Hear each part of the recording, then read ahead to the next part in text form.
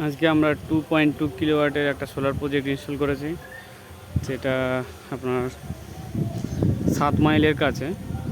আপনাদের এটা দীঘা থেকে, কাঁথি থেকে আপনাদের খড়গপুর বাইপাস লাইনে পড়বে। এটা 2.2 এর অফগ্রিড সোলার সিস্টেম আছে, আপনারা দেখতে পাচ্ছেন। এটা আরসিসিতে কনস্ট্রাকশন করা আছে। এটা আপনি একটা দেখতে পারবেন যে বাইফেসিয়াল মডেল। এটা দেখুন, প্যানেলটা বাইফেসিয়াল আছে।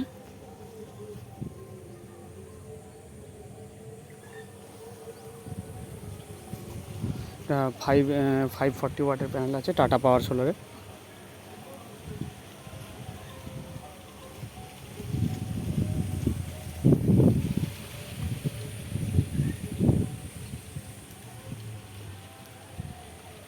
ফাইভ 45 ওয়াটের প্যানেল আছে।